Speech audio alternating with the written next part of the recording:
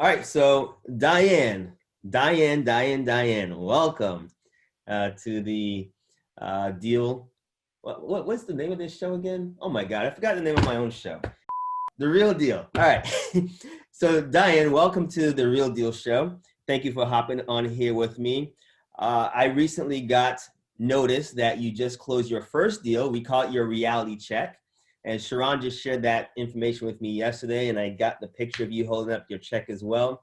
And I also heard that you have another one in the pipeline as well. But what I want to do right now, I want to break down your first deal. I want to go through how you were able to find that deal and share with everyone watching as well what this deal was like for you. You know, the process, what you went through to find it, how you acquired it, how you locked it up, and how you found the buyer and how much money you made on your first deal. So, and basically, I ran the list off a Real Elite.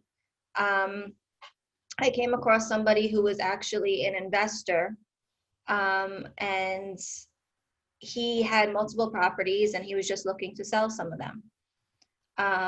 So I did all the numbers and everything, and I thought, okay, let me try and see if this will work. So basically, the ARV for this property was 110, and I found the max offer was about 33. So I'm like, okay. When he spoke to me the first time, he told me he wanted 36. So okay, I told him, let me, we tried to negotiate a little bit. The second time I spoke to him, all of a sudden he decided he wanted 28. I didn't even, try to get him to go down. He was just like, okay, I spoke to my wife and we want 28. It's her property. We want 28. So I'm like, oh, okay. So my max offer is 33. He wants 28. That's already $5,000 in the bag. If I market this, at 43, that's a nice deal. So we signed the contract for 28, and it was a 15-day inspection period. And I was marketing it, but the problem was that it was kind of in a little bit of a rough area. And a lot of the investors that were calling me weren't really interested in that area. I didn't know what to do because my inspection period was dwindling down. So I'm like, shoot, should I just come out of, should I cancel the contract? So it turns out, actually, on day 15 of my inspection period, this other girl who's never done wholesaling before, who she is actually an investor herself, she says to me, oh, well, do you mind if I JV with you on this? Because I think that I have a buyer. She had no idea what she was doing, but I'm like, okay, sure. If you have a buyer, sure, I'd rather JV with you than cancel the contract. So she actually found a buyer, and the buyer, they said, well, you know what? We're not doing it for any higher than 33. But I'm like, you know what? At this point, either I'm canceling the contract, because I tried to extend the inspection period and the owner said no. So I said, you know what, at this point, either I'm canceling the contract or I'm taking the 33. So I figured, you know what, some money is better than no money. I don't have to get, a big juicy deal as my first one. So, we accepted it, and they took it at the 33. Amazing. And so what did you end up paying the joint venture partner that you had on this one? We split it 50-50. Come to find out, though, that the buyers had a real estate agent. They didn't tell us that until like the day before the closing. And the realtor was like, oh, well, I need to get paid. So we gave her $500. Gotcha. So it ends up being 5,000 minus the 500 for the realtor. So it was 4,500 plus, then I split that, 50-50. But it's still better than nothing. And something I learned, it was the experience actually that really, was more valuable than the money. Amazing. So if I heard you correctly, you were able to contract this property for $28,000. You found a buyer within 15 days by joint venture with someone else, and that all happened within your inspection period time frame as well. You found a buyer to pay you $33,000 for your contract, which was $5,000 because of the unexpected agent that was involved in the transaction as well. You paid them $500. So you and your JV partner walked away with a $4,500 payday on this first deal. Yeah. Amazing. And I also understand that you have another deal in the pipeline as well. Sharon told me you have another deal in the pipeline. Tell me about that one. That one, it's in Jacksonville. We're actually in the process of, we were in the process of renegotiating that one. But then we actually found a potential buyer last night. So we may not be renegotiating that one. But I should know actually by today if that one is secured or not. So quick tip for you. Even though my price may be already decent, if there's a possibility to renegotiate, Right. So I wouldn't say don't pursue it. Still make sure that your buyer is legit, they're firm, they're verified that everything checks out with that buyer. But it doesn't hurt to still also go back to Right. renegotiate if there's a possibility there. So definitely do that. So what's the potential profit on this one based on the numbers you have so far before you even renegotiate? Before I renegotiate, it would be about 13. Nice, not bad. And that's of course pending if this buyer comes through and is a serious buyer. So if this buyer doesn't work out, you can market it and find another buyer and see if you can make 13,000 or even more money on this one. Or you can go back to the seller, renegotiate with them, and create more potential profit there for yourself as well. How did you find this deal, by the way? Through Real Elite. Wow. So Real Elite actually works. Yeah. Awesome. People ask me this question all the time. Are you really giving us this resource that we could just use? And like, yes, it works. It works. Just use it. So you were using the absentee owners list in Real Elite, and that's how you found the first two deals though? Yeah. All right, cool. So you found the first two deals from Real Elite using the absentee owner list. Cool. That's what's up. Now, I want to ask you this other question because people also question, can you really do this virtually? And so my question to you is, where do you live right now, Diane? And where was your first deal located? I live in New York. And my first deal was in Georgia. Have you ever been to Georgia before? I drove through it. Awesome. And your second deal is? The second deal is in Jacksonville. I drove through that too. I've never actually been to Jacksonville. Oh my goodness. So, oh my God, it's working. The process is working. Yeah. And my LLC is based in Tampa. There you go. That's so amazing. That's so amazing. People oftentimes say that this sounds suspect, it sounds scammy, it sounds too good to be true. What do you have to say to those people now that you've gone through this process yourself? I thought it was too good to be true also. But you know what? Now that I've gone through it, I completely believe it. I think a lot of people think that it's just gonna happen.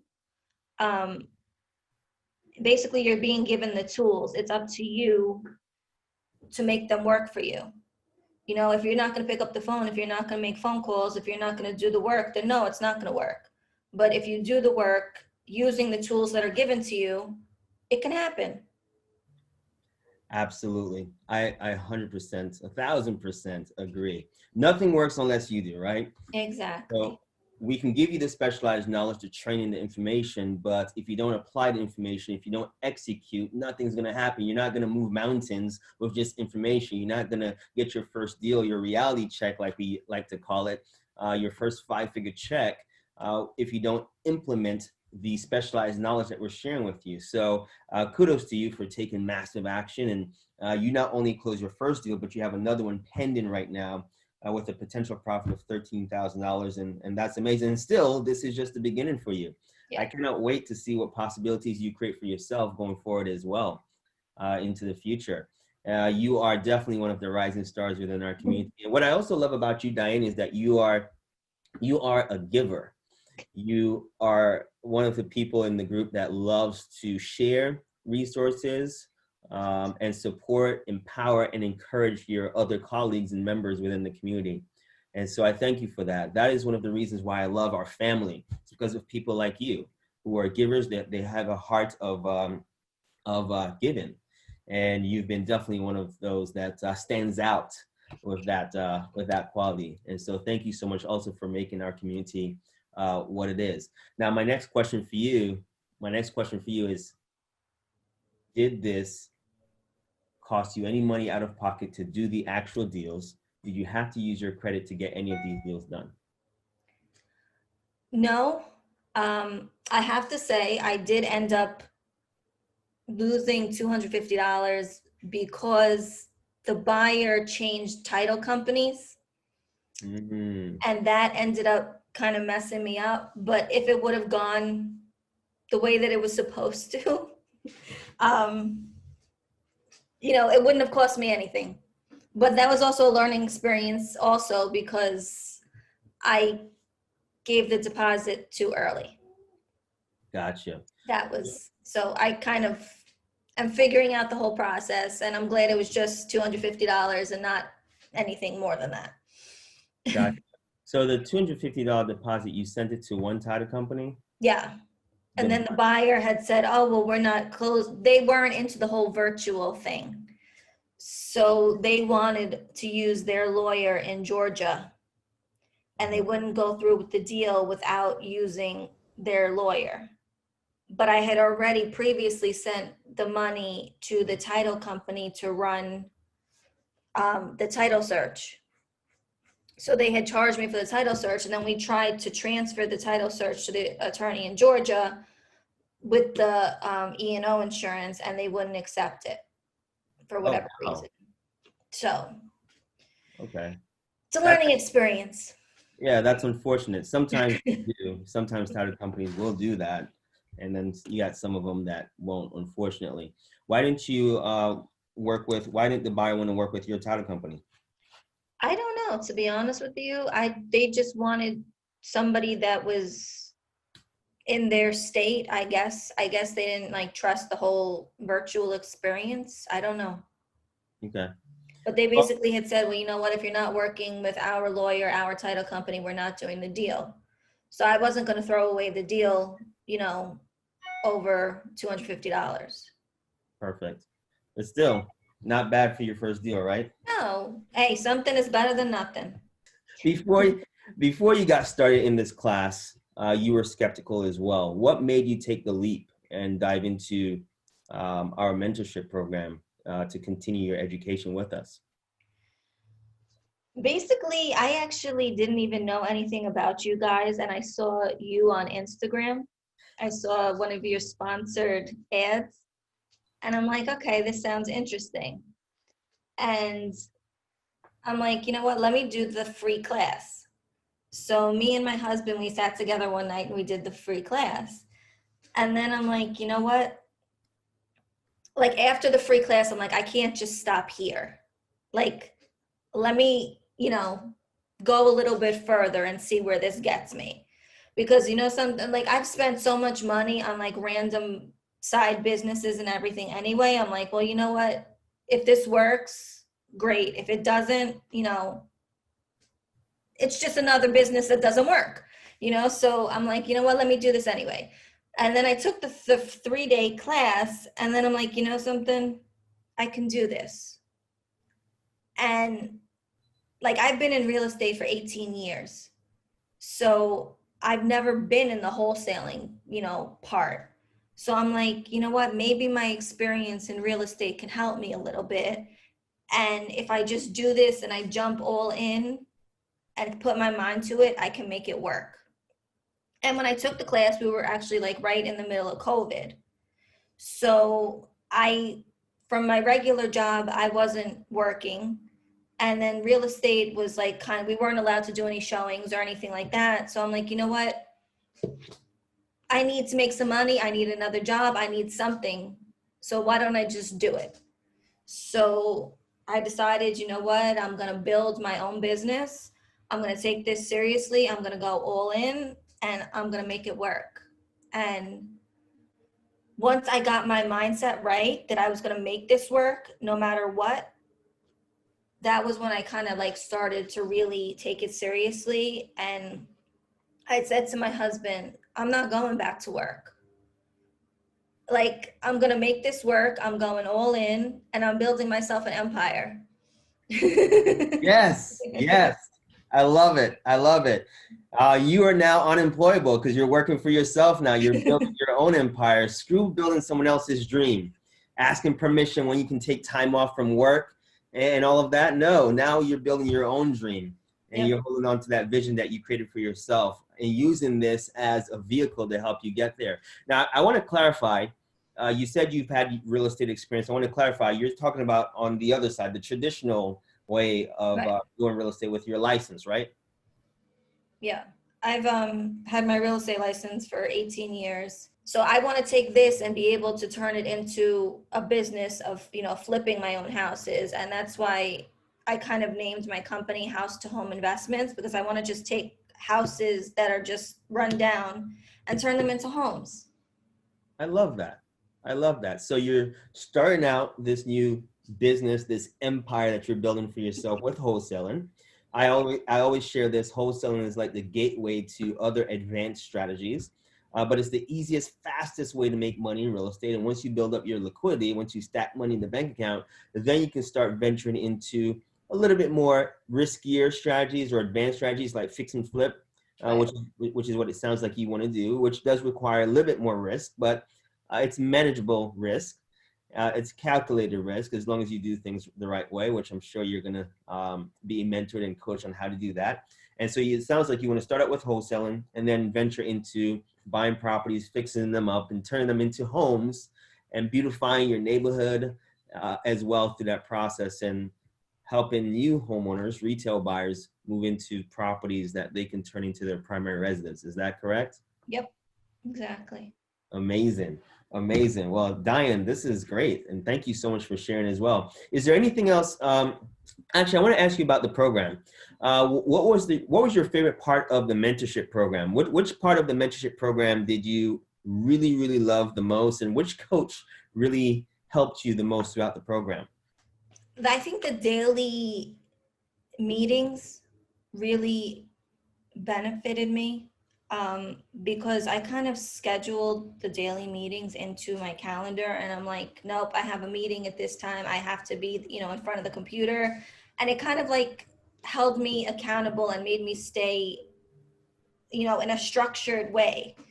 Um, and I think Stephen and Sharon both, they've been very, very helpful. Um, I mean, I think Sharon has been kind of my number one cheerleader. Um, so she's been awesome through all of this. And Steven has been definitely very helpful with, you know, guiding me along the way as well. Yeah, Sharon, they call Sharon now Mama because she gives that tough loving sometimes when people aren't doing what they're supposed to be doing. They're not taking action. They're, procrastinating on some of their tasks. She will get up in your business for sure and keep you accountable. I'm sure you've probably seen some of that. Maybe not directly with you, but you've probably seen her do that with other students. And that's why she is in that position with our organization because she really does care. She has a really big heart and wants to see others win. She was sharing with me yesterday some advice and coaching that she gave to one student who had a little bit of a setback, and she was able to help them through that setback. And they just closed their first deal, just like you yesterday as well. You closed your first deal. They also closed their first deal this week also. And so I'll be interviewing that person later on today to get their case study and story as well. But thank you so much for sharing that. We have an amazing program. And again, if people just apply the information, they'll be able to see results. Like this is like any business. Your output is directly tied to your input. The amount of work and effort that you put into it is going to result in amazing results on the other side. But if you do nothing, well, nothing works for you. It's not going to work for you. And so, Diane, thank you so much for your time today. I really appreciate you hopping on here and sharing this with me. What does your husband think about all of this, by the way? He goes around and tells everybody about what his wife is doing. So he's trying to recruit people for the business, actually. That's amazing. That's amazing. Is he working the business with you, or you just your biggest supporter? He's in sales, but he's not really doing the business with me. But he's looking to eventually get into it with me. Yeah. Awesome. And what's your goal for 2021? Actually, what's your goal for the rest of the year? We have how many months left? What is it? 3, 4 months left this year? What's your goal for the rest of this year? And then going into next year, what's your goal next year? I'm looking to get one contract a week for the rest of the year. I'm slowly building a little team around me. So, I have my VA who does my cold calls, and then I have one of my friends who's now my acquisitions manager. So we're slowly building, team.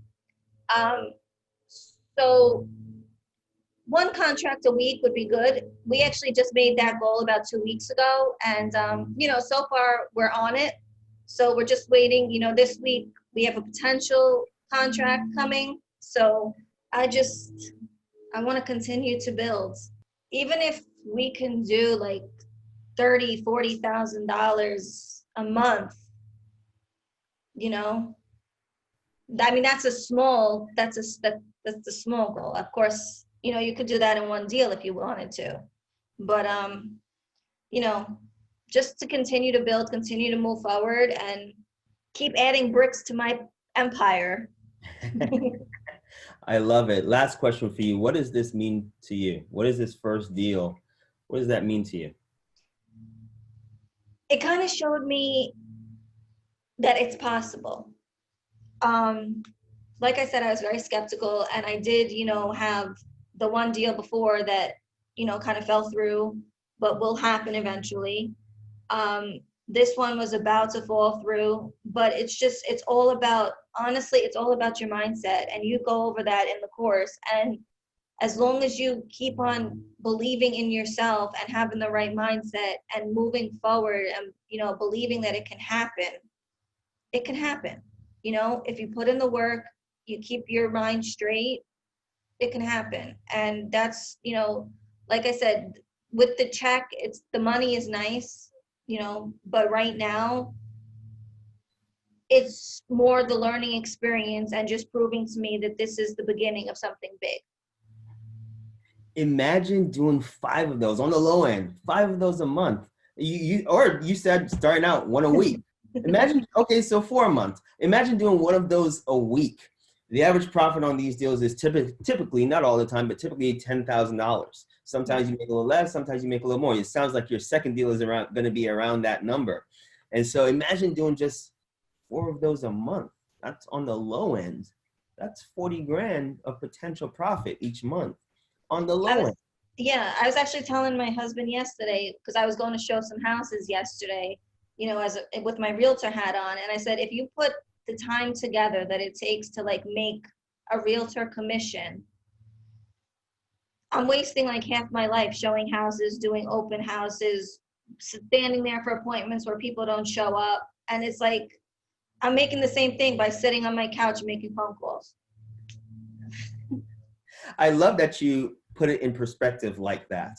I oftentimes tell people, think about how much it costs to start certain businesses. I'm sure that some of you have probably looked into other business opportunities or businesses that you wanted to start. What is the startup capital to start that business, right? Think about that. Maybe you need office space. Maybe you need equipment. Maybe you need products. What's that cost? And then think about once that business is going, or maybe you have a business right now, think about how much time and effort, how many hours do you have to work to make, let's say, $10,000.